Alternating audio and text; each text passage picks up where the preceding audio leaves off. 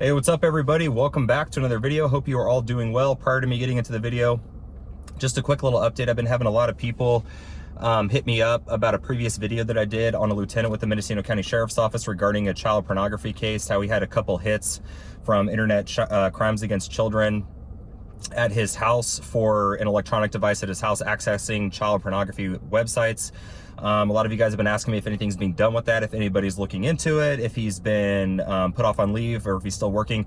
The answer is he is still working, and nobody's looking into it. There you have it. I don't know the reasons behind that, but that's all I know. So I'm going to get into the video. I'm going to start. It's going to be a long one. It's going to be a long video. It's going to run a little bit longer than usual, probably 30. I'm going to try to keep it under 40 minutes. I know a lot of you guys have told me that, you know, it's too much to sit through a long video like that, but it's for this specific thing that I'm going to be talking about. It is what it is. There was really no way for me to break it up into two separate videos that would have made sense. So I'm just going to go ahead and do it. And if you can't sit through it, it's all good. I understand. So this case that I'm going to be discussing today is an ongoing civil lawsuit. Okay. So it's still going to court, and all the information that I obtained on behalf of this case is all documented. It's all documented. Okay. This is all words that were put down on paper. This was a report was generated by the Mendocino County Sheriff's Office, a detective, Child Protective Services, a couple different investigators from different agencies, witness statements and stuff. So this is all in reports. This is all public information. This is stuff that you have access to for the vast majority of it. If you want to go down to the Ukiah courthouse and pull it up or whatever, you have the ability to do that. And also the evidence and stuff that I'm going to put into this video is going to be brought up in court. It's also going to be a matter of public record. So this is all stuff that is out there for everyone to see. It's just that not a lot of people know about it. So I'm going to go ahead and discussing it. And it is a domestic violence incident, or an alleged domestic violence incident, between two different people, one of which his name is Noble Weidlich. He is recently sworn in as the new police chief for Ukiah Police Department of Mendocino County. And the alleged victim in this case, her name is Amanda Carley. And I know Amanda, and I know of Noble. I've never met him. I have nothing personal against Noble. I have nothing against the Ukiah Police Department. I never worked there. I never worked for him. Amanda did not ask me to do this video. I had a couple different people reach out to me regarding it, and I dug a little deeper into the information. And I was around when a lot of this stuff was going on, because I used to work as a probation officer prior to getting employed at the Mendocino County Sheriff's Office as a deputy. So when a lot of this stuff was going on, her and I worked at for the same place at the probation department down in Ukiah. However, myself and everybody else there stayed out of it. You know, I would hear rumors along with everybody else at the time that her and Noble, he was a detective with the Ukiah Police Department at the time, that they were involved in some sort of internal affairs investigation potentially, and potentially involved some domestic violence stuff. But that's all you would hear. You would just hear rumors and nothing factual at all. I knew of her. We were kind of like work colleagues, so it was definitely nothing that she informed me about or confided in me in. I did reach out to her and told her that I was going to be doing this video, and she gave me permission to use her name, as well as all the information that I was able to dig up, like the photographs and stuff like that I'm going to put into this video. She gave me permission to do all of it, where in the past I don't usually do put out victims' information like that, but she said go right ahead. She doesn't care. So getting into it, also prior to starting, I'm gonna go at this, or I'm gonna discuss this as I would any other domestic violence case that I personally investigated, right? So if I go to court and I do a preliminary hearing, or I'm there for a jury trial, all I'm gonna do is state the facts that are in reports. None of this is really, it's not gonna be my opinion. I'm not alleging anything that occurred. I am just gonna read, or basically everything that I read on these various reports. I'm just going to tell you guys what's in them. That's basically it. I wasn't there for any of this stuff. I didn't live with them in their household. I don't know if the domestic violence stuff it actually went down or not. I'm not stating any of that. This video is just for informational purposes only, that this case is still ongoing. This is what's being alleged. There is some very interesting stuff that I was able to uncover actually in this case that I and pretty much everybody else isn't going to have knowledge of, because it was kind of kept under wraps at the time and not a lot of people knew about it. Like I said, we just heard the rumors and stuff like that. So there is some interesting stuff that I'm going to share with you guys as well. But like I said, I'm not accusing Noble of doing these things. I'm not saying for a fact he did these things. This is just, like I said, me going off of the reports, going off of her statements, going off of witness statements, going off of detectives' statements, and the other investigator statements, CPS, what they documented, and a couple of witnesses and stuff like that. That's it. And it's all on paper. So just to get that completely out of the way before I start. Now let's go ahead and get into it. So I'm going to be looking down a little bit. I have some notes and stuff. It's a long timeline. It's a lot to cover. I'm not going to be able to cover every single little thing, and I'm sure I'm going to mess some stuff up potentially a little bit, or leave a couple things out, but I'm going to do the best that I can. So this all started, Amanda and Noble first started dating sexual relationship back in 2009. So he was the detective at the Ukiah Police Department. Like I stated, she worked at the courthouse down in Ukiah, and they started dating then. Now, approximately a year later in 2010, they moved in together. They purchased a home together. They got engaged shortly after that. And in 2011, according to her and according to these reports, is when the physical and verbal abuse really started to kind of take off in their relationship. Now, she has 2 kids, a son and a daughter, and not with Noble, though. She had them with another guy, her ex-husband, that they split custody with at the time. So she would have the kids part-time, their dad would have them the other time. So when this stuff started, they all decided to go to a family therapist down in Ukiah together. It was Noble, Amanda, and her 2 kids. And they would go to this therapist and talk about all the problems they've been having in the household, because according to the reports and according to her daughter's statements and her son's statements, which is also in this report. Now, the report for the sheriff's office that the detective did investigating this case, it's 50 pages long. It's a huge ass report. So all these statements are in there. So, but prior to getting into that, the kids disclosed this to the therapist, like, yeah, there's physical abuse, yeah, there's verbal abuse. And according to Amanda and according to the reports, Noble during these counseling sessions admitted in front of everybody and to the therapist that, yes, I have been physically abusive to Amanda. Now, the therapist, according to Amanda, put a lot of this on her and stated due to her, the experiences and trauma that she sustained as a child carried over into adulthood, caused her to be kind of toxic when it comes to relationships. And therefore, based on her behavior and all the stuff that she had to deal with because of the stuff she had to, deal with as a kid, it transferred over into her relationship with Noble and caused him to have these outbursts and be angry and, be physically and verbally abusive to her. So put a lot of it on her. So they went to counseling. Not a lot of stuff. Nothing really went on with that. Then in 2012, she left the district attorney's office and went to work as a probation officer with the Mendocino County Probation Department. And she stated that this is when stuff started, based on the report, stuff started to escalate more, because she was now working in a law enforcement capacity. She was around more guys. She was going to more trainings that involved just like guys. It's a male-dominated profession, especially back then. There's obviously more females getting into it now, but back then it was more guys, especially in Mendocino County. So she stated that caused a lot of jealousy, and the physical and the verbal stuff continued, and it even escalated as well. Now, in 2013, one of her colleagues that was a probation officer that ended up being a supervisor of hers, he lived approximately a football field away, just down the road from where her and Noble lived. And he received a telephone call one day. This is all in the reports and per his statement as well. So received a telephone call one day from one of Amanda's friends that said, hey, Amanda called in sick to work, and she told me that it was because that she got into a physical incident with Noble the night prior. So Amanda's colleague and supervisor that was also a probation officer wasn't working that day, so he went down the road to her house to check on her. And according to him, it was just Amanda and her daughter that was there. Noble was at work or somewhere else. And basically he said, hey, are you all good? And she said, well, no, not really. So she confided in him and said, like, yes, he was physical with me last night. And then also told him about a prior incident where Noble had picked her up over his shoulders and thrown her down a couple stairs inside the residence. And she basically stated that she didn't want to officially report it because she was, under the impression it was career suicide, and a bunch of different other things. And she just didn't want to go down that route, but she told him about it.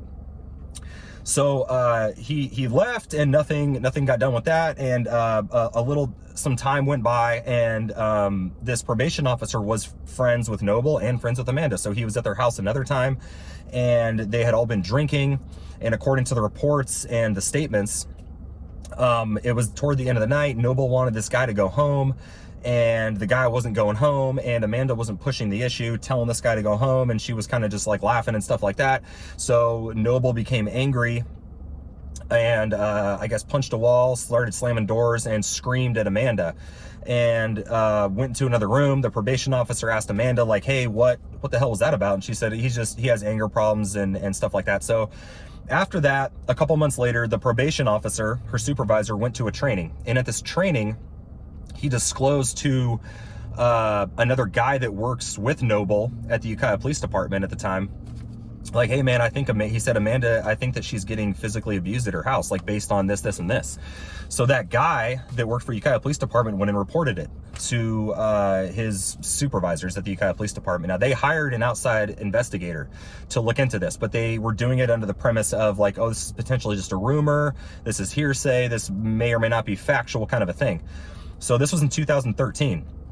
Still. So Amanda, one day she was at the range, she was contacted by a different supervisor that said, hey, we need you to return to the office, the probation department in Ukiah. So she shows up totally blindsided, according to her in these reports, and she is met in a room there at the probation department by a investigator that the Ukiah Police Department hired. And he basically said, hey, I'm just here to clear up any potential wrongdoings or any issues. This is what I was told. I just, am coming to make sure that, it's not the case, kind of a thing. And she stated in the reports that, like her friends and colleagues were all around in the offices and stuff. And they kind of, it was embarrassing for her. And, they all knew that she was talking to this guy. And according to her, she basically denied it. She said, no, nothing's going on. There's no problems. I don't know what he's talking about. Now, after that, nothing came of it. It all went away. But what that caused, according to the reports, is a lot of disdain and hatred on behalf of her supervisor, the probation officer that initially reported this, because he received a lot of flack from guys that worked at the Ukiah Police Department that outed him as a liar and a snitch, that it was trying to stir shit up. And it's like, hey dude, she denied this, why are you starting drama? So he, according to her supervisor, began to hate her after that, because it ruined a lot of even according to him, it ruined a lot of his relationships that he had with people at the Ukiah Police Department, and caused all these issues. And according to her, it caused issues in the workplace because he was her supervisor. So she didn't get a lot of the things, or a lot of assistance, job related stuff, based on the fact that he had this personal issue with her at that point, based on the reports.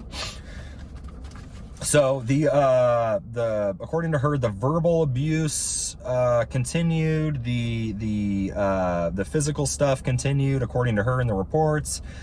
And in the very beginning of February 2015, her daughter, who was 13 years old at the time, she reported this stuff to her dad, and to Amanda's ex-husband, the father of her children, and said, hey, mom's being abused, I've seen it. Her brother's seen it, and told him. Then they all had like a family meeting with Amanda's ex-husband, the two kids, and Noble and Amanda. And they basically, and according to the reports, according to Amanda, Noble never denied being physically abusive to her ex-husband, and kind of said like they were going to try to work on it or whatever. And her daughter, in the middle of it, is quoted as saying like, hey, Noble, are you going to tell my dad, or do I have to tell him? Meaning like, are you going to admit to the physical abuse, or do I have to be the one to tell him in front of you? And Noble admitted to getting mad one time and punching the wall, but he didn't admit to any of the physical stuff. Now the dad, their dad told Amanda like, hey, I'm not comfortable with this relationship. Like, you guys should probably end it. I mean, this is getting out of control at this point. The counseling's not happening. You're stating that all this stuff is happening. Now my kids are reporting it to me.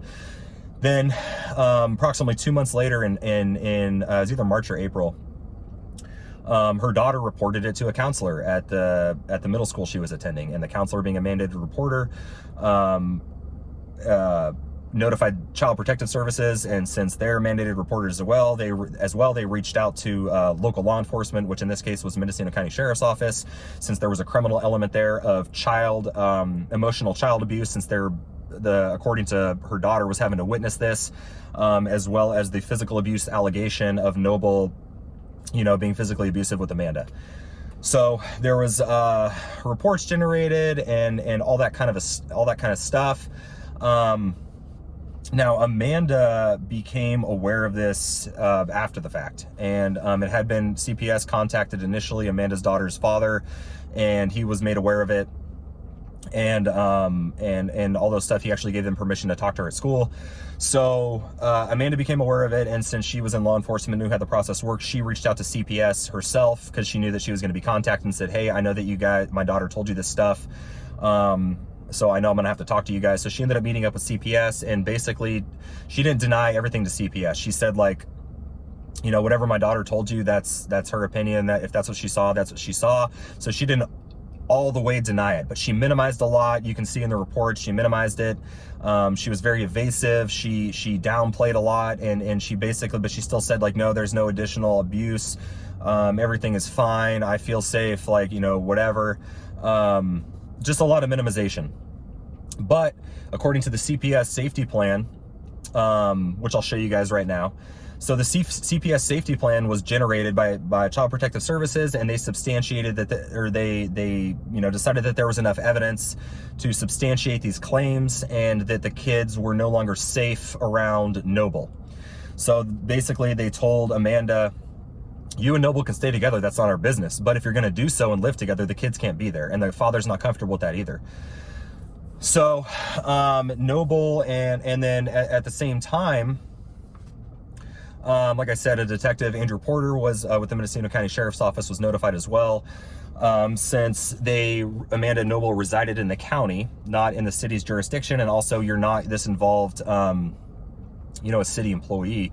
So the Ukiah Police Department's not going to investigate to that extent one of their own. They're going to go to another agency, an outside agency, to do so. So Andrew Porter was tasked with conducting this follow-up investigation for the child abuse aspect, as well as the verbal child abuse aspect and emotional child abuse aspect, as well as the domestic violence stuff between Noble and Amanda. So what ended up happening is they ended up separating. Amanda and Noble ended up separating based on the fact that the CPS safety plan was in effect. Noble ended up moving out of the house temporarily, while Amanda continued to reside there with her kids half-time while she located another residence, and they dealt with their living situation. So Noble had been made aware of the CPS stuff and the fact that he was going to be contacted by Andrew Porter with the Sheriff's Office for this investigation, since they all knew each other. Mendocino County and Ukiah is very, very small, so Noble knew Andrew Porter, and Andrew Porter knew Noble and knew Amanda, and, you know, they'd socialized together outside of work and stuff like that. So he basically, according to Amanda, according to the reports, Noble called her prior to her first interview with Andrew Porter. They met in a public place that she decided, you know, was going to be a park, and, you know, based on safety concerns of hers. And Noble said, like, hey, if you don't say anything, nothing's going to happen. But if you do and you report this stuff, your job's going to be affected. You're going to potentially lose it. I'm going to lose my job. You're going to be financially screwed. And according to her, the house that they purchased together was in his name. Her car was in his name and everything like that. He was the primary breadwinner, according to her, made way more money than she did. And so he basically said, like, you're going to be financially screwed. All of our jobs are going to be affected. Also, like, I know all these guys. I know Andrew Porter. I know everyone at the Sheriff's Office. I know everyone at CPS based on work. And who's going to believe you anyway? But he's like, but if you do try to report it, potentially what you could end up doing is affecting your livelihood, my livelihood, and it's going to directly affect your children. So according to her, that's what he said. That's what's in the reports. And so she concluded that conversation with Noble, and she went in for her first interview with Andrew Porter. Now, I've done a previous video on Andrew Porter. He's a lieutenant now at the Mendocino County Sheriff's Office. I don't like the guy. Most people don't like him. I still don't know why he's actually in law enforcement, but that's a whole nother topic. But it pains me to say this. He did a very, very, very thorough and good investigation. He did a very good job in his report. It's approximately 50 pages long, very in-depth. And he even states in there that he is familiar personally with Amanda and Noble. So it's challenging for him, I would imagine. I've been in a similar situation, that he has to remain unbiased and impartial, and very much in the middle. So he didn't want to be involved in it, but the sheriff, according to these reports, kind of gave him this case, and he had to deal with it. So he did the best that he could, and like I said, I think that he did a very good job. So he brings in Amanda to his office, and he said, hey, Amanda, this is what's been alleged. Prior to Amanda coming in, Andrew Porter talked to her daughter, and talked to CPS, and everything was consistent and remaining the same. Amanda's daughter told Andrew Porter, yes, there's been physical abuse. I've personally seen 4 to 5 physical incidents in the house, to include my mom getting headbutted by Noble. She was held down by Noble in the room on the bed, and he headbutted her, causing injury and blood and stuff. I've seen her push him up, seen him push her up against the wall and stuff like that. So approximately 4 to 5 physical incidents, a ton of verbal abuse. And yeah, so she reported that. He talked to CPS. There was a safety plan in place, and so he brought in Amanda, and Amanda did what she did. When she talked to CPS, she minimized a lot of it. She said, yeah, if my daughter said that, then that's what she said. She said, I don't know if he headbutted me or if our heads just came together when we were on the bed, but she kept contradicting herself and changing her story around, saying like, yeah, like he was on top of me, but then no, like he was on the side of me. So she was minimizing a lot and deflecting and kind of trying to steer the conversation away from that. But she would also say that, there's no abuse, is fine, and those kinds of things. And she didn't want to, it was embarrassing for her, and she didn't want to put her career at risk or Noble's career at risk and all those sorts of things. Now, to Andrew Porter's credit, the reason why he did such a good job is that he was able to tell, based on his extensive, experience with domestic violence stuff, just like I have as well, that domestic violence victims, a lot of times, especially if they're subject to abuse over long periods of time, like months and years, they're not going to be overly honest with you. And a lot of times they're going to deny it. They're going to minimize it. It's very, very common. It's very, very common. And I've seen it time and time again where, a neighbor calls because they're screaming at the house, and you show up to the house and the female has physical injury and the male's totally fine. And you ask the female, apart from the male, like, what happened? And they're crying and emotional. And they say, nothing happened. I ran into a door. I fell down. That happens a lot.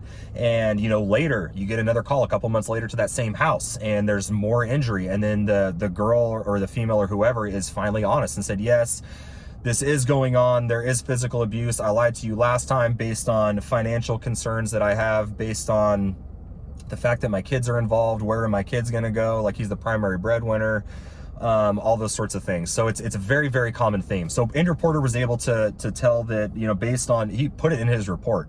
He did. He said, I was able to tell that Amanda was being evasive. She was not being honest with me. I could tell that she was holding back. I could tell that she was minimizing, and all those sorts of things. So he basically concluded his interview with Amanda, and, she didn't really give him anything.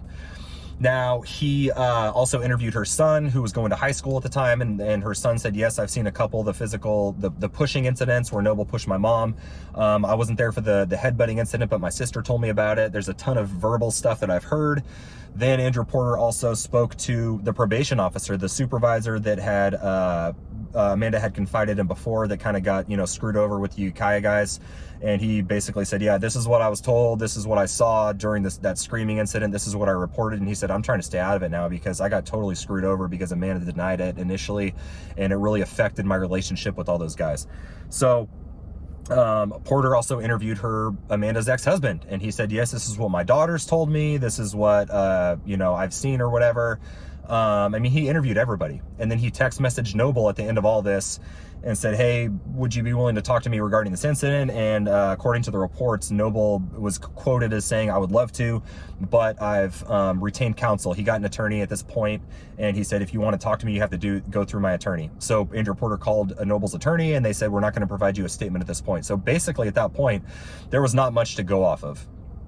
There was stuff, but the fact that Amanda wasn't completely open and honest with him really limited what he had the power to do at that point. You know what I'm saying? And I've experienced that as well. It's like if you want you have to help me help you, right? As a cop, that's kind of how this goes a lot of times. And you can't make somebody be a victim. You can't force them to be a victim. So he did what he documented everything. He interviewed everything. And like I stated already, he did a very good job.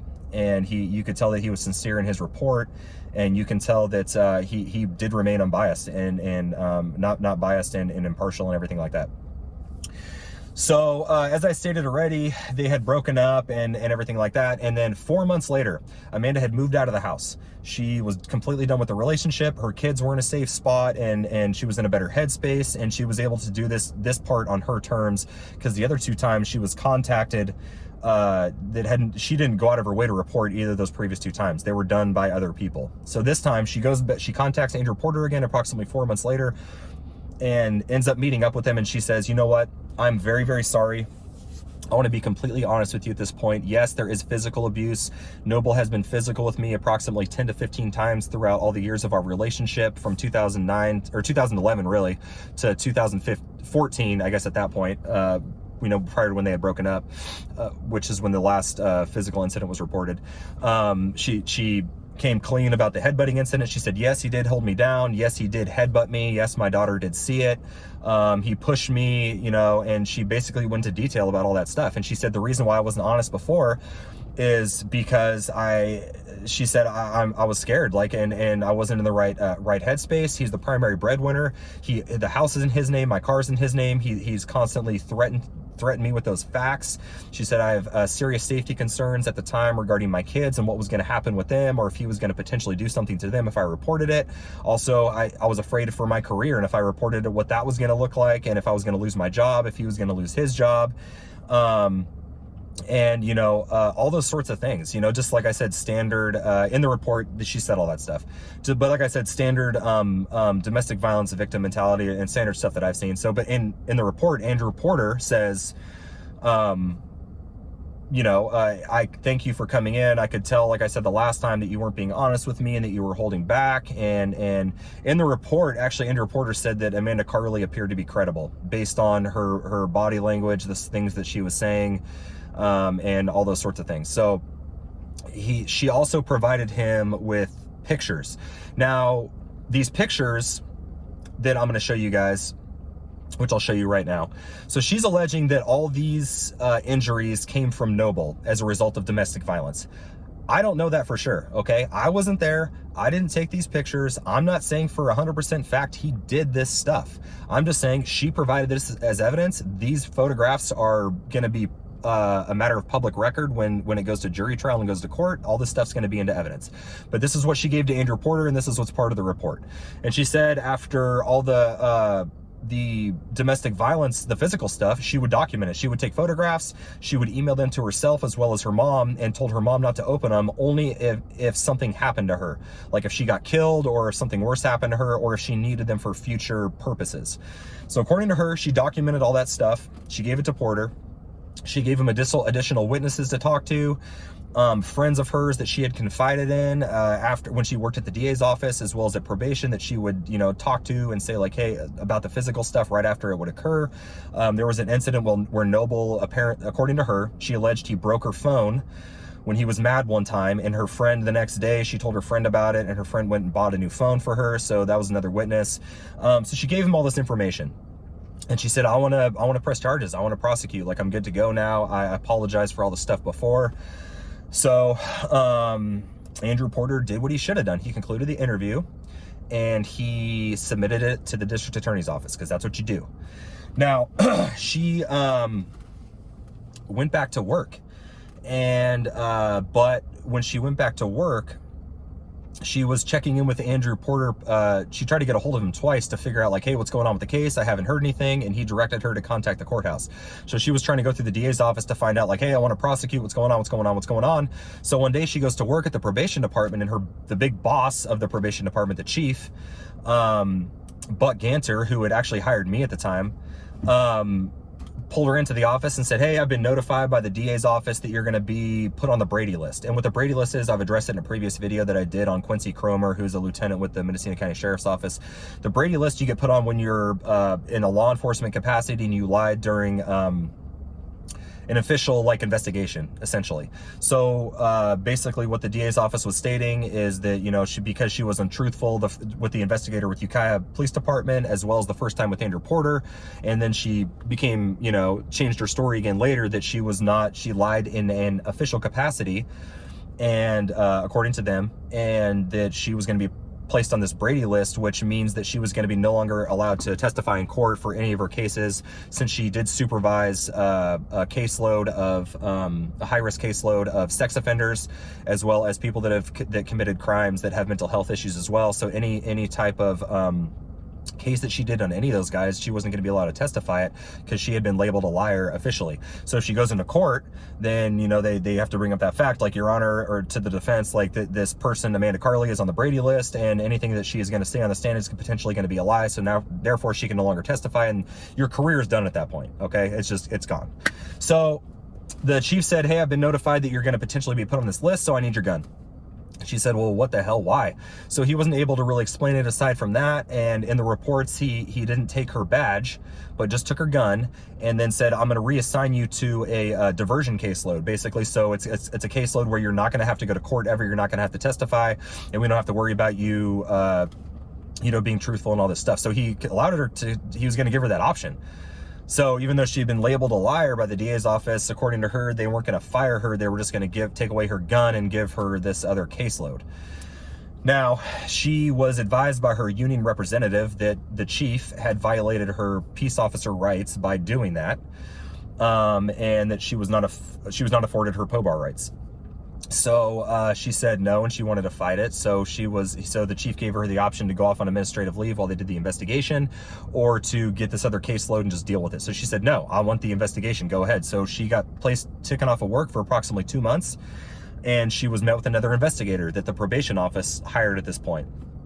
And she met with the investigator that was doing the IA on her, the internal affairs investigation, and she said what she had told Porter. Yes, I apologize. I was not truthful the first time in 2013 with that investigator, and I was not truthful the first time with Andrew Porter. She listed all the reasons that I had already told you guys, and but she said, but now I am in a better spot, and my kids are safe, and I'm safe, and I want to go through with this, and this is why I went back to report it. And she said, I'm seeking prosecution. So the investigator concluded that, presented it to the chief at the probation department. Amanda Carley came back from after a couple months off of work during her IA, and sat down with, it was like the chief, and it was one of the supervisors with the probation, and then it was her union representative. So there's a bunch of other people in the room, and they said, okay, we've concluded this, and you're going to be reprimanded. So we're going to give you a write-up, and you're going to get 3 days unpaid off work. And according to the reports, Amanda stated, no, I'm not doing that. I didn't do anything wrong. I'm a victim of domestic violence, and you guys are punishing me at work. And she basically said, like, that she didn't do anything wrong, and that she shouldn't have to be punished because she's reporting allegations of domestic violence abuse, regardless of if she wasn't truthful before. She also stated that this involved her personal life and her personal, in the reports, this is in the reports, this involved her personal life, her personal business, stuff that went down inside of her own home. However, she was told that she's not afforded all those rights that typical domestic violence victims have, which is their Marcy's rights and everything like that, because that she is in a law enforcement capacity, and she is supposed to be held to a higher standard and keep her private life unsullied and all those things, and she took an oath. So according to her and according to the probation department, she is not afforded those same rights based on her position as a probation officer. So in turn, that's why they were able to state that, based on the reports, that she was lying in an official capacity. Because she is in that position. So she said, no, I'm not taking any written reprimand. I'm gonna grieve this. So she had an attorney, and she basically said that she wanted a Skelly hearing at this point, which is a civil service hearing. So she said, according to the reports, that I want to subpoena the DA, I want to subpoena Noble, I want to subpoena Buck Ganter, the chief, and I want to subpoena, I think there was somebody else, I can't remember, but I'm going to bring in all these photographs, and I'm going to bring in all my witnesses, and I want this to be made public so everyone in town can see what's going on and what you guys are doing to me. In the report, that's what says in the report. And the county council, the attorney for the county, that was provided all this information. So Amanda provided the county council, that's the attorney for the probation department in the county, all the photographs and everything else that she was going to show at the Skelly hearing. And county council responded by saying, okay, well, how about this? Instead of the Skelly hearing, how about we just give you a written reprimand, but it's sealed in your file and nobody's going to have access to it without a court order? She said, absolutely not. I want the hearing. So then they did try to do another deal, where, you know, they said, like, hey, well, they just kept trying to sweeten the deal with her. And it's quoted in there as saying, in the report, and this was done in front of a few witnesses as well, in front of the union representative, in front of somebody from HR. Catherine Elliott, who was county counsel, was quoted as saying, as a woman, that I'm concerned that you, Amanda, are going to make a big mistake going to a public service, civil service hearing with all this stuff. The last woman that did this was traumatized and her career was ruined. So basically, according to this documentation, that the county council was trying to talk her out of going through with this based on that stuff. And Amanda's like, yeah, that's cool and everything, but again, I'm not gonna take the deal on that either. Now they offered her another deal, and this deal was to dismiss the entire thing, no written reprimand or anything, if Amanda agreed to not have a civil service hearing and sign an agreement that she would not speak of the matter to anybody, so an NDA, non-disclosure agreement, and she would never file a lawsuit against the county for this matter. She said, absolutely not. I'm not doing that either. I want the Skelly hearing. Then the county responded by stating, all right, it's all done. You're not getting reprimanded. The only thing that's going to happen to you is a verbal counseling by the chief of probation. That's it. And I'll show you that right here. So this document shows that, like, hey, you're no longer going to be reprimanded. You're just going to be verbally counseled by the chief, kind of a thing. But what that did is, since she's no longer going to be disciplined, it takes away her right for a Skelly hearing. So now she's not able to have a civil service hearing, and it just kind of goes away. So that's what happened with that. And then shortly after that, or right around this time frame, because she was still trying to pursue, she was still been contacting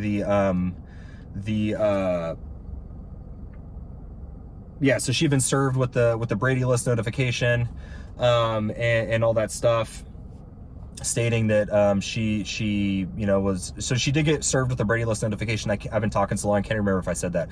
I'm going to show it again right here. If I didn't show it already, I apologize, but this is the Brady List notification, showing that she was put on the Brady List by the DA's office, and they're stating that, okay, since you did lie or you weren't truthful the first 2 times in your interviews, you are placed on the Brady List, and officially this is the notification from the DA's office, and you can't, you're done basically testifying in court forever. Now, according to Amanda, she didn't feel that was fair, because, like I said, according to her in the reports, she wasn't afforded the same rights as other victims of domestic violence, just based on the fact that she was a probation officer and she was supposed to be held to this different sort of standard according to her. And she stated she never lied in an official capacity. She didn't feel comfortable, according to her in these reports, she didn't feel comfortable, she didn't feel safe, and all the reasons why she didn't report it initially. Also, she didn't report it, she had other people reporting it for her. The first time was the probation officer or supervisor, the second time was her kid with CPS, and she said, I didn't go out of my way I wasn't comfortable and prepared to talk about it at that point. But then after everything was settled and I was away from that element, and my kids were too, then I am. And then now, according to her, she said, you guys are punishing me at work as well as putting me on the Brady List. So that's what happened with that. Now she continued to compile all this information. She still had an attorney, and since she realized that nothing was going to come of it, at the DA's office level in terms of the prosecution of Nobles, that she was going to have to civilly sue. So the other thing that she's bringing in is to bolster her case, which is part of evidence. This next audio clip I'm going to show you guys, or put in the video, it's part of the evidence, it's part of what's going to be in court, it's going to be part of public record. So this audio clip, Amanda did this while she was, throughout the domestic violence incidents, according to her, just another thing that she was doing to document the stuff, along with taking photographs. So this was a recording that she made on her phone, and supposedly it's Noble screaming at her and stuff like that, and just to kind of show what kind of toxic relationship that they have. So I'm going to go ahead and play that for you guys right now. You're right. I am right. Do not fucking patronize me. No, you know what? You have an extreme anger problem. I do not have shit. Amanda, I have a right to be pissed off. Anybody who was put through this on a daily basis would be motherfucking mad. Laugh about it, Amanda. Let me leave. You were the worst thing. This is my fucking house. I pay for this fucking house. You fucking leave. stay, but she's gonna go. Shut the fuck up! Introducing the all-new Super Love. It's a super. Yes, I'm great. Wills presents. I'm so fucking sick of it. What am I? So that clip is also going on along with the photographs, along with the reports, along with everything else, all the documentation that she has. It's continuing to go to civil court. She tried to sue the DA's office in federal court for not prosecuting her case against Noble. That went absolutely nowhere. So throughout the civil litigation, or the civil suit, they did go to court for it already in 2018, I believe, and they were prepared to offer her a deal. And she said, well, unless that deal includes Noble admitting to what he did and apologizing to me and my kids, then there's no deal. So they said, no, we can't do that. So she said, well, then I'll take it to trial. So then COVID hit, and it's a long ass process. So they are still going to court for it. This is still an ongoing thing. Noble has been served with this stuff, so it is still going to civil court, and the crimes have already passed. They're no longer able to prosecute these crimes. Like, the statutes of limitations have passed. A lot of the misdemeanors are typically a year. Most felony stuff is 3 years. It's been well over that now. So her only recourse is the civil route at this point. And she's continuing to do that. So that's going to kind of wrap it up. This is 40 minutes long, and if you stayed and sat through all this, like, kudos to you. Like I said, it was a lot of information. I wasn't even able to cover every single little thing. Again, I'm not stating that Noble did these things. I'm not saying for a fact he did these things. I'm just presenting you guys with what's on paper, 50-page report from a detective, as well as the CPS stuff, the investigators' reports, the statements that were taken officially from her children, from the supervisor, from a couple other witnesses, and from her. That's it. So you guys, you know, believe it or don't believe it or whatever, this is just another one of those things, like I said, that is an ongoing thing involving the chief with the Ukiah Police Department, as well as her. So she continued to work at the probation department for like another year after all this stuff went on. She didn't get fired. They had no reason to terminate her. And then she put in her 2-week notice after the year because she was just tired of it and wanted to leave the area with her kids. And then she ended up bouncing out of the area to go on to do other things. So that's going to wrap it up for the video. And I will go ahead and see you guys in the next one next Friday. It's going to be a little bit of change of pace, but it's something that's been highly requested over the course of the last month that I do a video on it. So I'm going to go ahead and address that. And yeah, that's it. So thank you guys for watching, and I will see you guys in the next one. Take care.